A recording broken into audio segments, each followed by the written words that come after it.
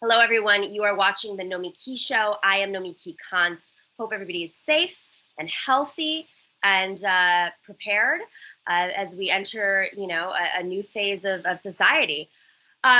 Just a couple of quick updates. Our studio in Brooklyn is shut down indefinitely, and so I am doing my best right now to crowdsource to build this show up so we can build, a small studio and continue to push out interviews and the show in a timely fashion, because a lot of newsrooms around the country are closing down because of COVID, and we think that this is going to be where people are really getting their content, is on YouTube, is on different streaming devices. So if you are not already subscribing, please subscribe here on YouTube to our show, and even more so, if you can become a patron at patreon.com/The Nomiki Show. Not only do we just add perks like swag, but this is going to help us fund the studio. And so I'm going to be working from home, which means I'm actually going to be producing more content. So you'll get more bang for your buck.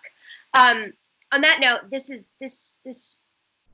I did a spiel yesterday that started to circulate around the internet about Bernie Sanders, and my personal message to him, my appeal to him, to really capture this moment and his candidacy and what it means for the whole world, basically, and for history.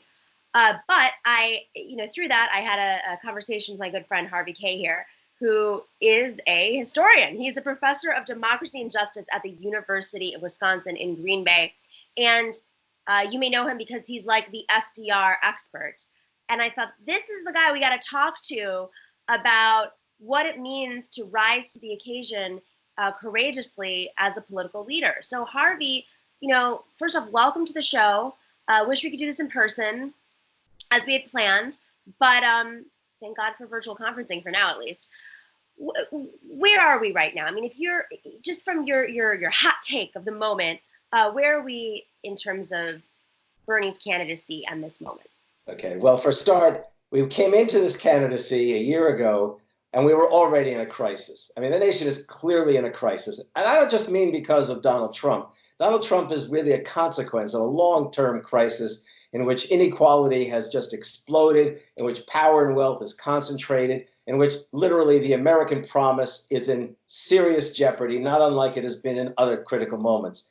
But here we are in a time in which we become all the more aware of how the last 45 years of class war from above has really made us unprepared for a humanitarian crisis on a grand scale. I mean, let's hope it doesn't become what we fear it might become, but in any case, we know we need to act. And we happen to have a candidate at this moment who is running a strong campaign. He's not in the lead necessarily, but he is the person, as we saw, I believe, yesterday when he spoke of the coronavirus crisis himself. He is the person who can address not only the immediate question in a calm, deliberate fashion, but who offers really a vision, because this will not be the last pandemic. So we're at a moment not unlike the Depression of the 1930s. We're in a position, like in many ways the 1860s. We have to ask ourselves, what do we do now? So let's talk about these moments that we faced before. You mentioned the 1860s. I mean, we hear about the 1930s all the time, and FDR, and specifically, where we were after the economic collapse. But what 1860s? Refresh our memories. Okay, 1860s. We had the secession of the southern states from the Union. The Civil War has begun. Let's think 1862. Let's go, in fact, to December 1862, when Abraham Lincoln is already not simply president, but all the more decisively a commander-in-chief. And the Union armies have had serious difficulties. But Lincoln had always wanted to end slavery, and he had also wanted to sustain the Union. And the moment came in December 1862 where he offers what we then called an annual message. We would call it a State of the Union address. And at that time, he basically told Americans, told Congress especially, but he told Americans, he said, fellow citizens, we know what we must do. In fact, if you give me a moment, I just want to, let me give you Lincoln's own words, just very, very briefly, okay? Fellow citizens, we cannot escape history. The fiery trial through which we pass will light us down in dishonor to the latest generation. I'll just say, the world will not forget that we say this, that we are for the Union. We know how to save the Union. And what he tells Americans is, to save the Union, we must end slavery. This is important. In other words, in order to save the Union, we must go radical. We must radically transform America. And that's the key. And then he says, and we do it not only for the slave, we do it for ourselves, because he knew very well that slavery was expanding, the Confederacy was a threat. There was no question that if slavery was not defeated, not only would the Union fall, but slavery would extend itself to every corner, despite the movements of history elsewhere in the world. So then we ask ourselves now, perhaps, and we can talk about FDR more specifically, but we ask ourselves now, what is it that we need to do? How is it that we need to address this crisis and beyond the crisis, the deeper crisis that has disempowered us at this moment? Well, let's face it, we know we need Medicare for all, okay? We know we need to raise up Americans by way of at least $15 an hour minimum wage. We know that to redeem the promise of America, which I could take us back to Lincoln and FDR and so on, we absolutely must create tuition-free public higher education. In other words, all the things that Bernie has laid out, even if he doesn't talk about it enough, are decidedly in the American grain. They are indeed to redeem the American promise, going back to, I don't mean to sound corny, because this is who we are: life, liberty, and the pursuit of happiness. So let's talk a little bit about this moment in particular. And I mean, I don't want to go full doomsday here, but things, 3 days ago, I was planning brunch, literally 3 days ago, and here I am building a home studio, and so many of us are working from home, and who knows what the next 3 days is going to show us. I'm on spring break, but my university is closed beyond spring break. Exactly. And we have legislatures all over the world who have shut down for at least 6 weeks, states of emergency, travel bans, et cetera. Right. So this is going to deeply impact the business, right? It's going to deeply impact not just the gig economy, but the workforce entirely. This isn't like just shutting down for the holidays. This is unexpected. Right. It's not built into spreadsheets and budgets and personal budgets and family budgets and beyond. I'm thinking so far, and I'm like, what's going to happen to our power grid if we don't have workers able to work? What's going to happen to our government workforce? How are we going to be able, they talk about releasing funds to businesses. I mean, how can our economy actually do? I mean, I've never been like, how are we going to pay for that?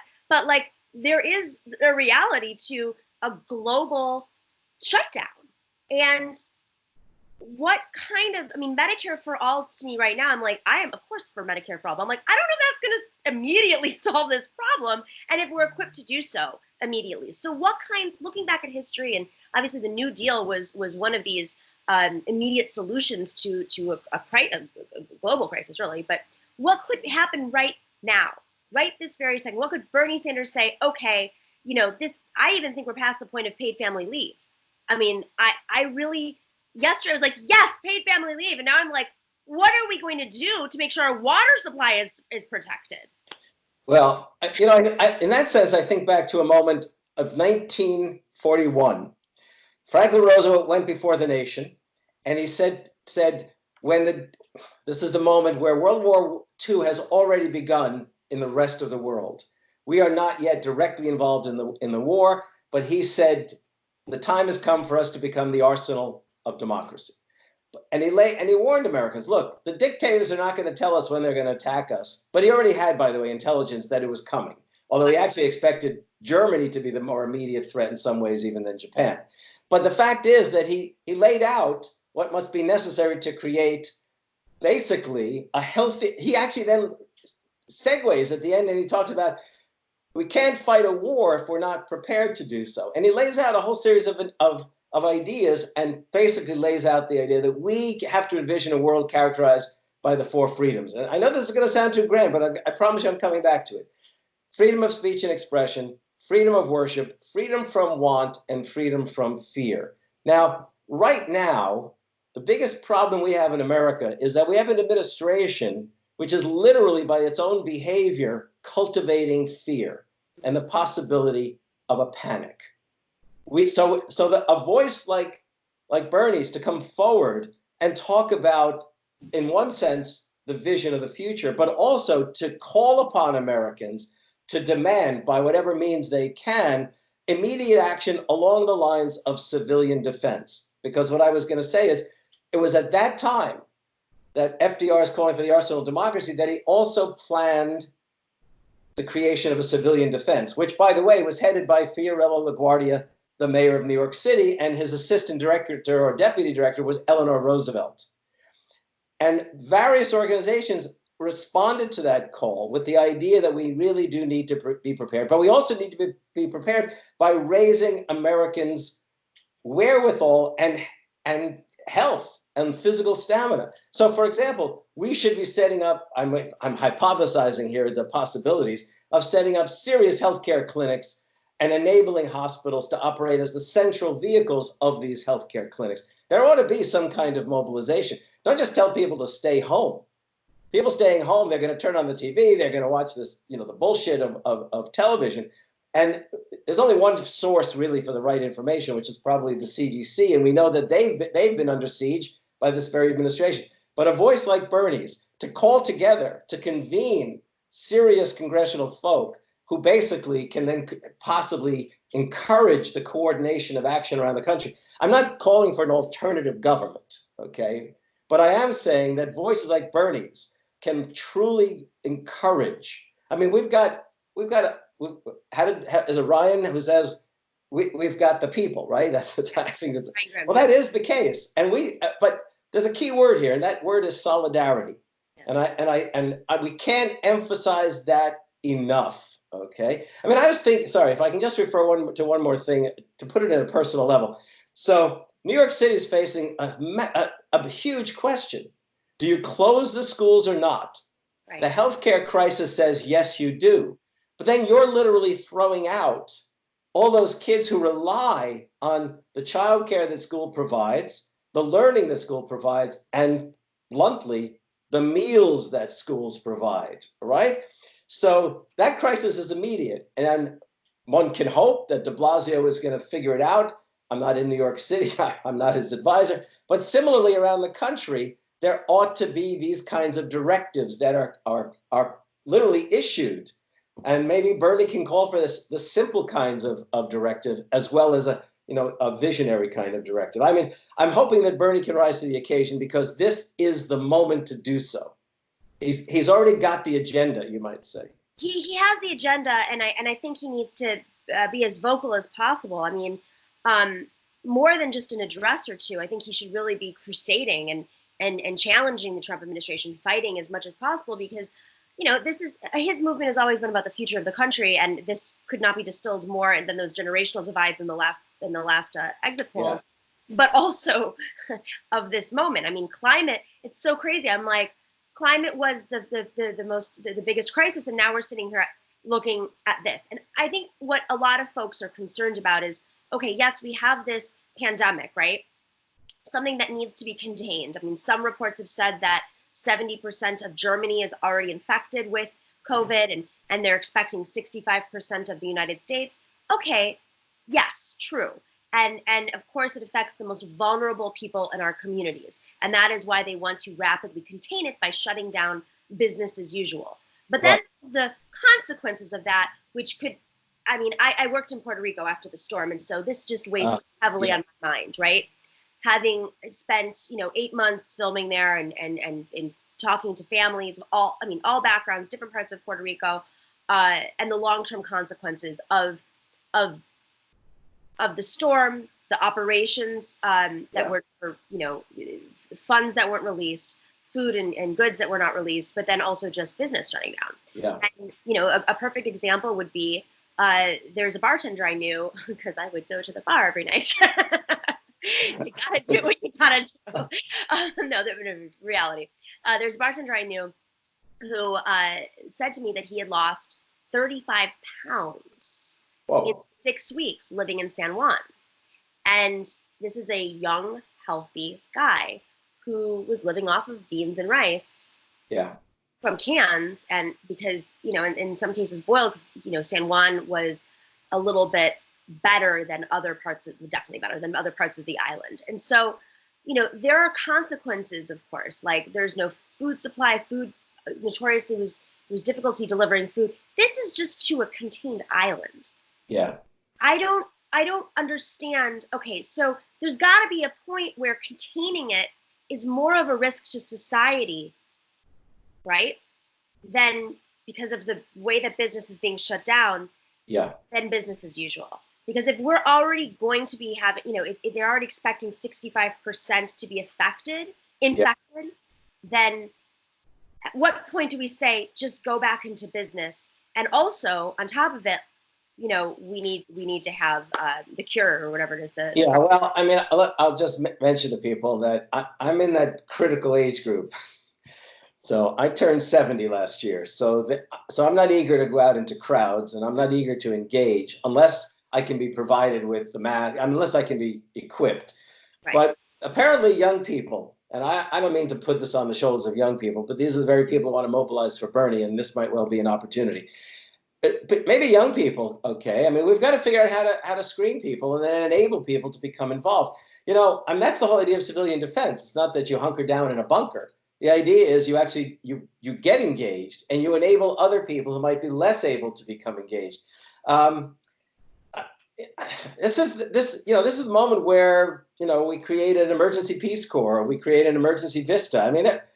I have these ideas, but I'm not so sure our conversation is get them out there. But let's hope people see this on the on YouTube. Peace Corps. John F. Kennedy just came back, right? No, I mean, I think there are things we can do, but one of the problems, of course, is we don't have the screening mechanism right now.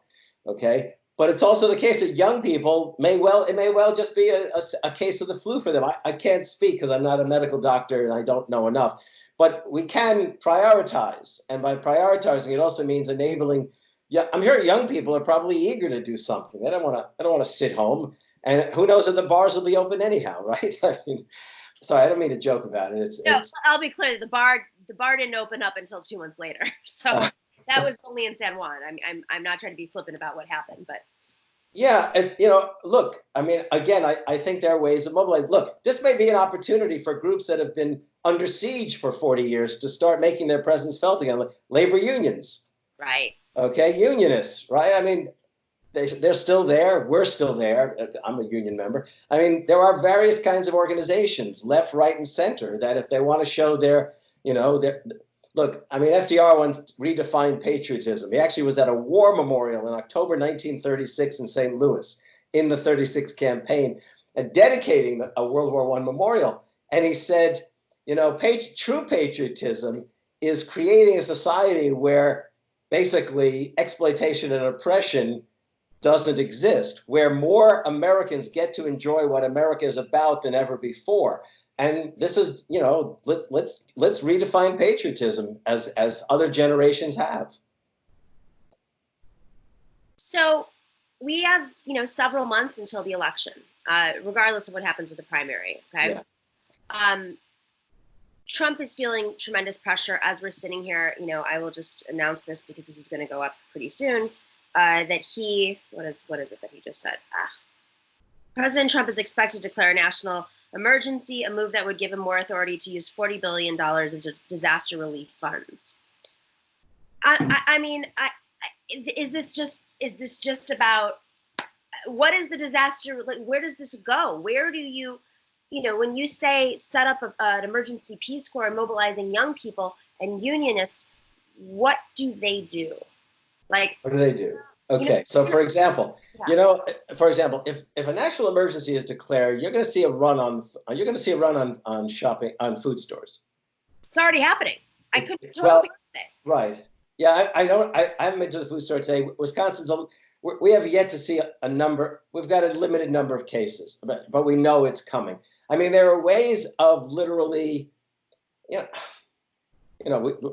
like I'm imagining safety patrols like they have in high schools. I'm not, but it is the case that people can literally become agents of calming and organizing, of enabling that solidarity. Okay, when you see, we don't want it to be that the National Guard is the only force that's going to be involved in all of this, because then we know the dangers that are involved there, right? I mean, we saw the craziness just the other day at the University of Dayton, where they were going to close the campus and send students home from the dorms, and the students essentially mobilized and were confronted by armed police. I mean, that's not what we want to happen. So labor unionists would provide probably a better organizing mechanism on a local level than I would imagine calling out the National Guard. We don't want to turn this into a SWAT campaign, right? But it's also the case that somebody like Bernie, or if he can get himself together, Joe Biden should be talking about the ways in which this can happen. And indeed, a way that will impress upon Americans their democratic powers for the future. Okay, I'm not going to say a crisis is an opportunity. Like I think Rahm Emanuel said that, but also Harry Hopkins said that back in 1934 and 35. But it is in many ways an opportunity not to take advantage of a situation, but to remind ourselves and to prove to ourselves that we can create democratic mobilizations and organize. And to do that, we need the very schools of democracy, such as labor unionists and others, to show that to everyone else. So, let state federations of labor get directly involved if they can. And not to mention, you mentioned Bernie and Biden, more so Bernie, of course.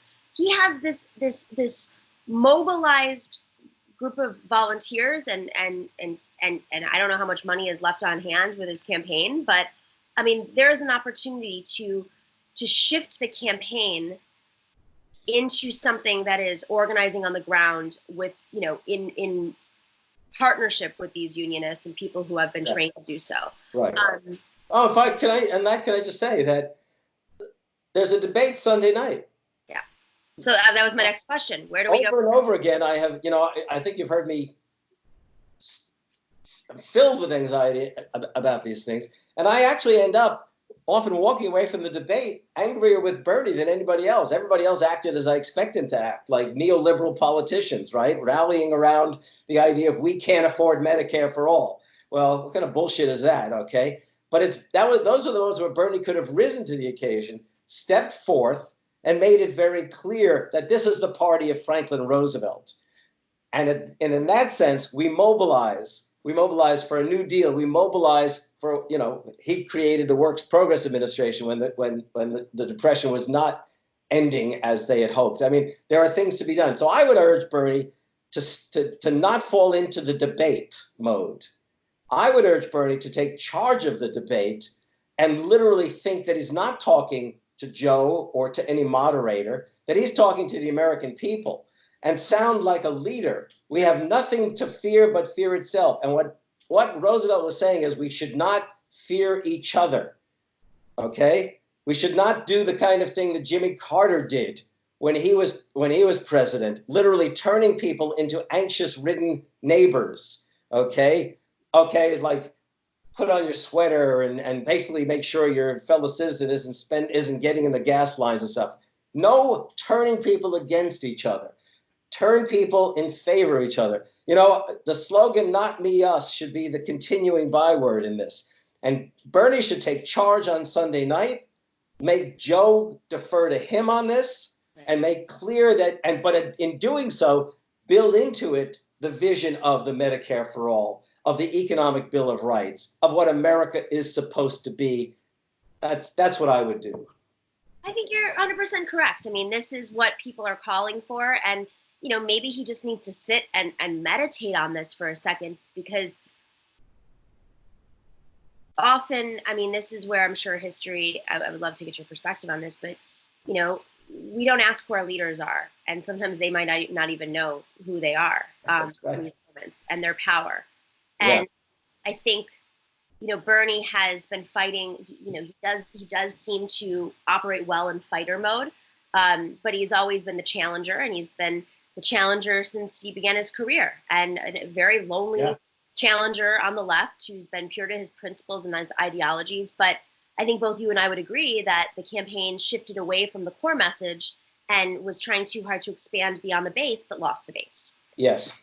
And moving forward, this isn't just an operations conversation. I mean, he has to literally speak to people who are over 60 years old and people who are over 60 years old and who might actually know about FDR and remind them what's at stake here and what they've built and what they've, the children that they've raised and the legacies that they've built are on the line. But also, Bernie needs to get out of the challenger mode and into we have a moment. I mean, if this was Obama in the White House, I don't know if he'd be able to make this case. But because it's Donald Trump and Joe Biden, he has the leverage. It's not his own leverage anymore. This isn't about the movement he built. The leverage he has in this situation is that his two opponents are possibly incapable of dealing with this crisis at hand.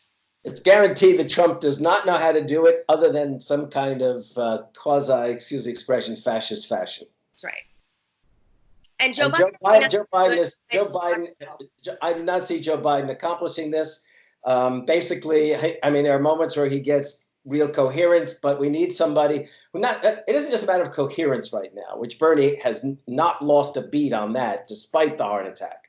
In fact, he seems to be all the healthier right now. It's also the case that Bernie needs to get out of the challenger mode and out of the defensive posture. He's not defending the movement.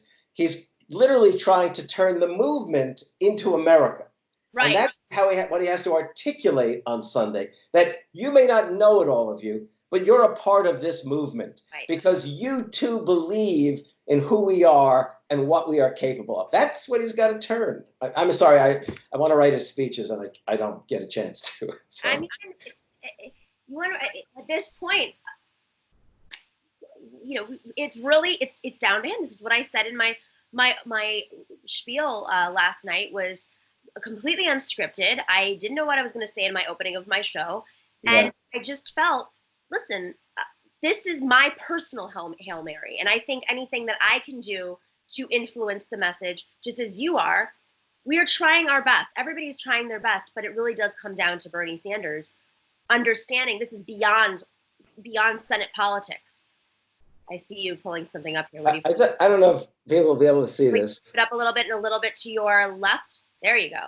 That is Bernie Sanders looking at FDR's bust at the FDR Home and Library. Okay, I want Bernie. I want to believe that there was a channeling there. Okay, I'm not a spiritual guy. I don't. It went off. Okay, anyhow, he saw it. I'm not a spiritual guy. Okay, but it is the case that one can have a conversation with history. Yeah. And Bernie's conversation with history now needs to be a conversation with America. Okay, he needs to channel the likes of FDR, maybe even the likes of Lincoln. But he needs to do it in a way that's both immediate and also historical or visionary. I mean, if Bernie, if any of your people watching this, I hope they're going to show you this conversation. Yeah, that's where we are now. We're like, he knows who we are. Get the message to him.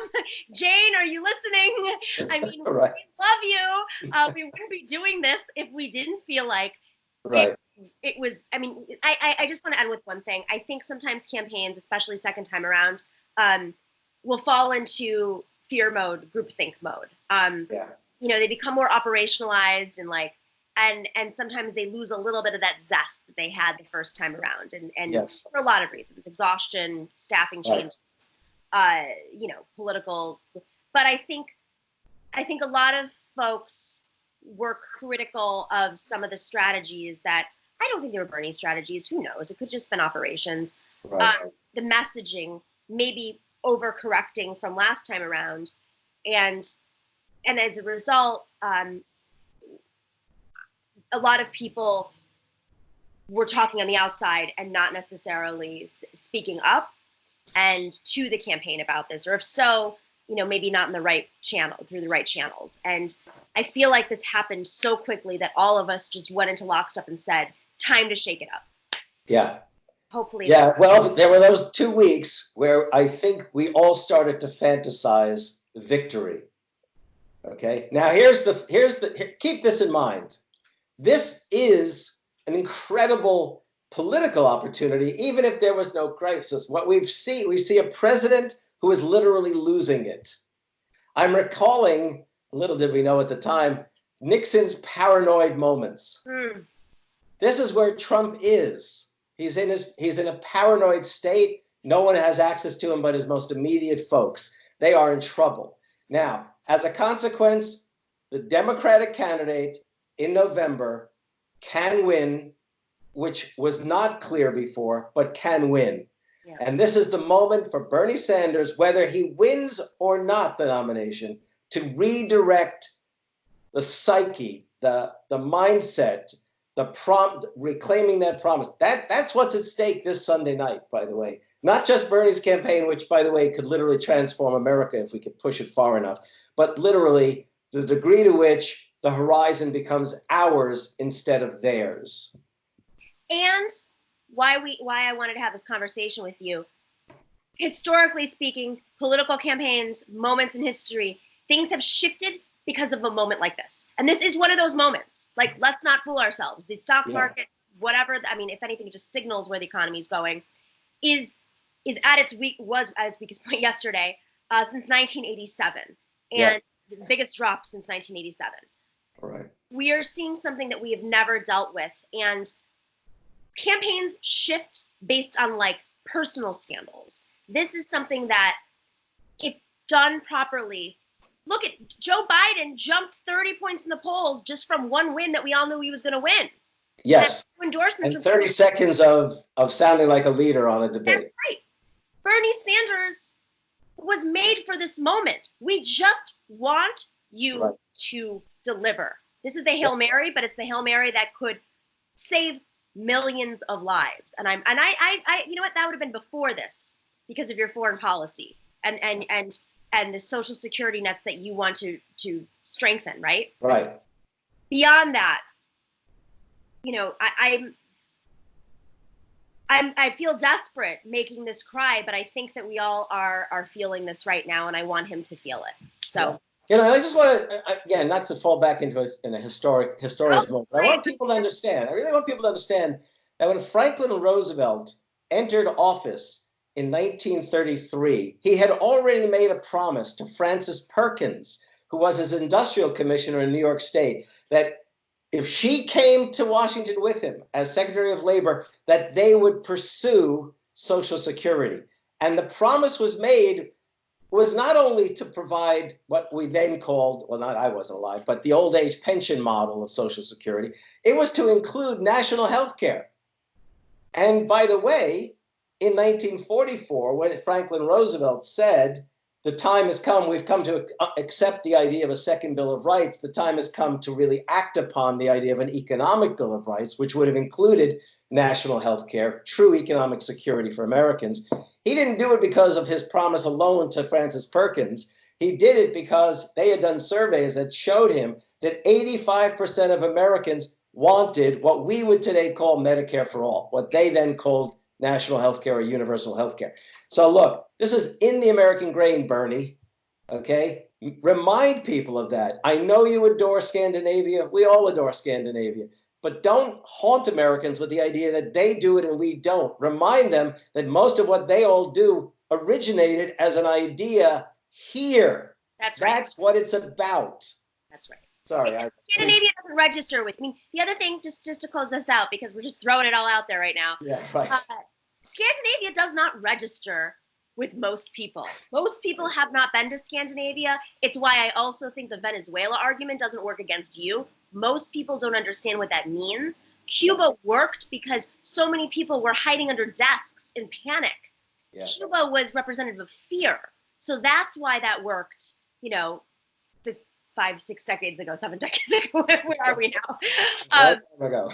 Yeah, a long time ago. So relate back to our own story and who we are as Democrats. And I think you can really put Joe Biden up against a wall on that because his legacy and his everything about Joe Biden, his record, has been, you know, just the antithesis of what FDR represented. So yeah. Can I say one more thing? Yes, one more. Go. Okay, one more thing. I know I keep throwing around the name FDR. Can I just tell people that when I wrote my work on FDR, I actually wrote it on The Greatest Generation because I was so pissed off that we were celebrating the greatest generation as war heroes, which they were, but we were failing to realize that their greatest contribution, what really made them the greatest generation, is what they accomplished between 1935 and 1965, originally under Roosevelt, and later in the 60s when they reached maturity, and they elected an incredible Congress that enacted Medicare, Medicaid, immigration reform, civil rights, voting rights, environmental protection, workplace protection, marketplace protections.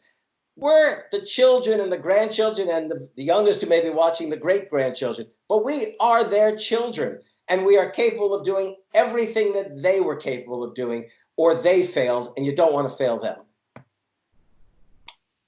Thank you, Harvey. Thank you, Nomi. It's great to see you. I'll see you video conferencing from our quarantined bunkers very soon. Okay. Bye. No. And we had got a little while there, but maybe that was important. I have no food in my house right now. I'm just like, oh Jesus. We'll see how long this goes. I'm a New Yorker, you know. Yeah, but when you're flying out of LaGuardia or Kennedy? LaGuardia, yeah. Okay. I just tell everybody, let's just have a chat. I'm flying out of LaGuardia, just so you know, which is just not even a mile and a half away from. Sorry, are we still taping? Yeah, we're still taping. Why not? Okay, fine. That's fine. Yeah. Like, let people know that friendship can persist in the face of panic. Yeah. Yes, I'm flying out of LaGuardia. I'm heading to Tucson. So next time you guys see me, I will be from my grandparents' house who passed away, talking about the greatest generation, who were refugees, who loved FDR. Just throw that out there. I'll be from their house in Tucson with my family because, you know, I have to be with my parents right now. And I think a lot of people are going through this right now. So stay safe, stay healthy. Make sure to subscribe. We want to keep this channel going, and I don't know what's going to happen with the economy. So if you can give what you can on Patreon right now, I sound so solicitous, but this is really how I think we're going to be getting our information, at least for the coming weeks, with newsrooms shut down. So patreon.com/The Nomiki Show. And if my followers are doing that, listen to what Nomi said, and you do it. Okay, you do it. Listen to Harvey. Yes. All right. Great. Thank you, guys.